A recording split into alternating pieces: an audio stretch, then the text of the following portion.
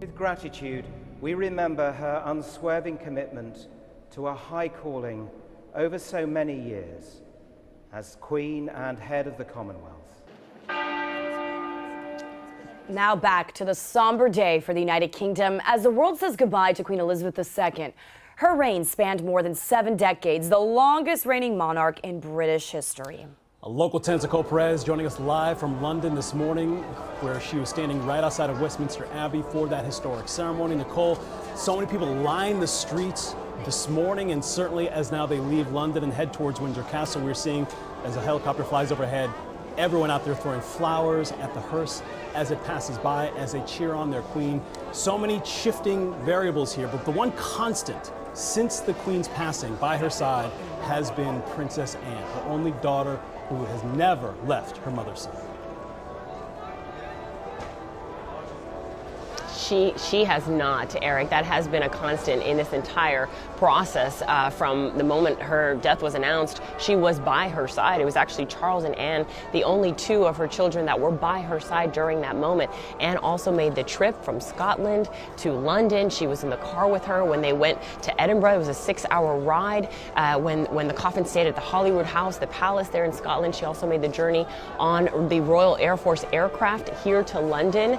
In that moment, we saw her get off the plane. We saw the look on her face. She put out her message afterwards saying it was an honor and a privilege to be by her mother's side. In the last 24 hours of her life, she has been right there with her mother, accompanying her through every last moment. The family actually had only one last moment together, all of them, at Buckingham Palace when the Air Force flight arrived. They had that one night before the Queen's coffin was here lying in state for everyone to pay their respects. But it was in that moment where Anne released her statement saying that it was such a privilege to be with her mother. And then it was sort of like a family moment just for them, her siblings, her mother. They had that one night before opening it up to the public. And you know, I heard you guys, I was listening to you and Janice talk about the Queen and what an impact she had on so many people, and it just reminded me of some moments that I've had with people here where I've talked to them, some people who maybe never had an encounter with her ever, and some who did. And it also reminded me of something that the Queen had said. She said to be believed, she had to be seen, and I think that was evident in her coffin when it was lit up the night that it arrived here to London from Scotland, and also in all of her outfits. You know, she used to always wear those brightly colored outfits, and she just wanted to make sure she was seen. Such a small woman in stature, but so bold and so strong, and so many people remember all of that. Another thing that I remembered is how the Queen, she would deliver birthday cards to everybody who reached 100 years old. And there was a woman who was having her 100th birthday recently and thought she was not going to get a card from the Queen because of her passing. And in fact, the Queen had left a card ready to go for that woman who turned 100 years old. And it was such a special moment for her and so many people. And it's just things like that of the Queen. That's what people remember most about her.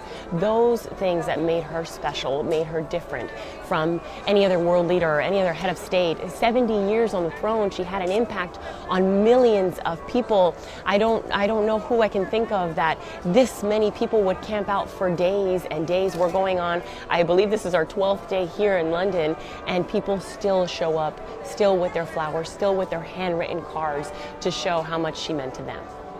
It is said to be one of the most notable moments, certainly in the history of the United Kingdom. They say a bigger security operation than even the Olympics were several years ago. They are headed west, about 20 miles or so from London to Windsor Castle. And Windsor Castle serving as a very special place for the Queen during her life. And we're going to have so much more on the history behind Windsor Castle. And of course, we will continue to watch this live procession to the castle as we continue to say our final goodbyes to Queen Elizabeth II. For now, though, we're going to take a quick break.